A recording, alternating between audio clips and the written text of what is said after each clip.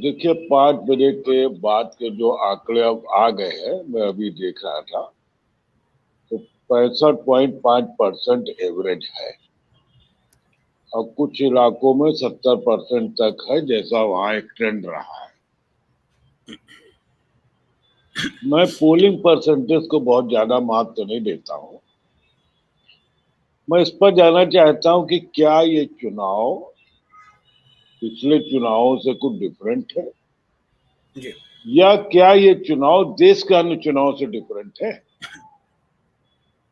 तो मैं एक बात कह सकता हूँ कि ये चुनाव, जैसे अभी हाल ही में 5 राज्यों के चुनाव हुए,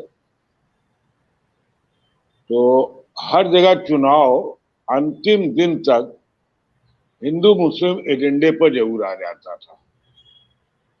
this time BJP has failed to bring the voters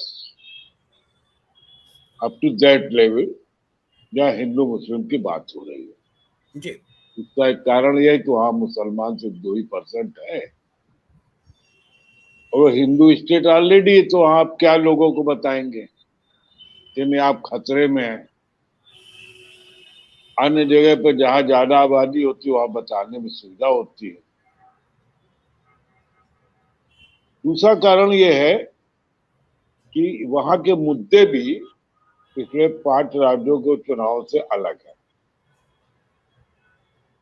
जैसे एक ओल्ड पेंशन का वहां बहुत गंभीर मुद्दा है जी और ये कहा जाता है कि लगभग हर घर में वहां एक सरकारी कर्मचारी है, तो वो ओल्ड पेंशन के पक्ष में है और ओल्ड पेंशन के पक्ष में दिन पर दिन वो क्या कहते हैं, माहौल बन भी रहा है।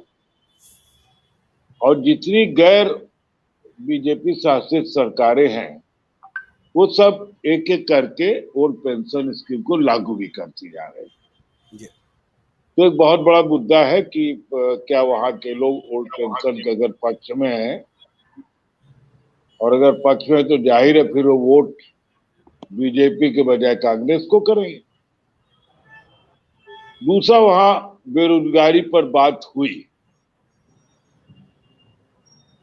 और तीसरा फैक्टर यह कि जितने रिबेल कैंडिडेट हैं यहाँ उतने अन्य राज्यों में नहीं हुए और पावरफुल रिबेल कैंडिडेट, हम्म, पावरफुल रिबेल कैंडिडेट का अंदाज आप इस बात से लगा सकते हैं ये कि रिबल एक कैंडिडेट्स के थे। प्रधानमंत्री, रिबेल कैंडिडेट जो बीजेपी के, और आप इससे अंदाज लगा सकते हैं कि प्रधानमंत्री को खुद रिबेल कैंडिडेट से बात करनी पड़ी है, उसका वीडियो वायरल हुआ।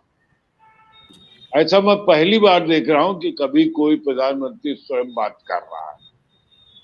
जाहिर हो जो परमार साहब है किसी को नहीं सुन रहे होंगे और बाद में उन्होंने मोदी की भी नहीं सुनी। तो ऐसा बताया जा रहा है कि 14-15 सीटें ऐसे हैं जहां बीजेपी के रिबेल बीजेपी के लिए प्रॉब्लम बने हुए हैं। एग्जैक्ट तो 68 सीटों 15 सीटें काफी होती है सही बात और अगल बगल का भी माहौल बिगाड़ रही होंगी। तो रिबेल कैंडिडेट, बेरोजगारी और ओल्ड पेंशन, ये 3 मुद्दे वहां में थे। जाहिर है बीजेपी भी ओल्ड पेंशन के लिए तैयार नहीं है।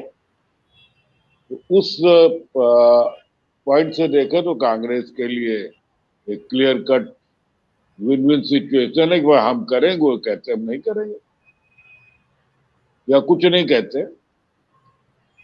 बेरोजगारी पर अगर बीजेपी कह रही कि हम कांग्रेस कह रही है कि 2 लाख 3 लाख कितने बताया है लोगों को रोजगार देंगे, तो बीजेपी भी अपने पुराने रवैये पर कायम है कि रोजगार के अवसर क्रिएट करेगी, यानी कि नौकरी देना उनके एजेंडे में नहीं है। और उद्योग या उन सब बातें, और वहां जो सेब की खेती बहुत बड़े पैमाने पर होती है और उसमें भी जो अडानी के साथ इन लोगों के एग्रीमेंट है उसको लेकर भी लोगों में नाराजगी है। और जिस ढंग से देखिए गुजरात का चुनाव तो आज वोटिंग है, लेकिन वहां गुजरात में तो चुनाव चल ही रहा है ना। तो अब जी। तो जो जिस ढंग की दुनिया है, तो कहीं भी कुछ होता है, सब चीज का असर होता है।